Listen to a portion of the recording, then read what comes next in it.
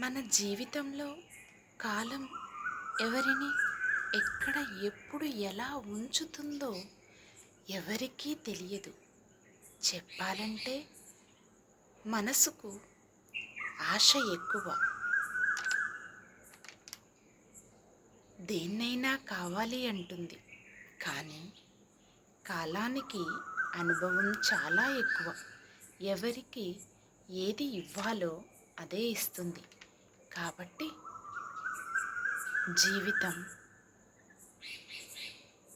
కాలం ఇవి రెండు గొప్ప గురువులు.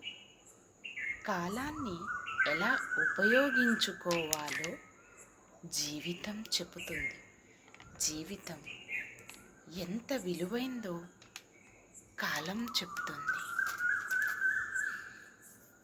Happy morning.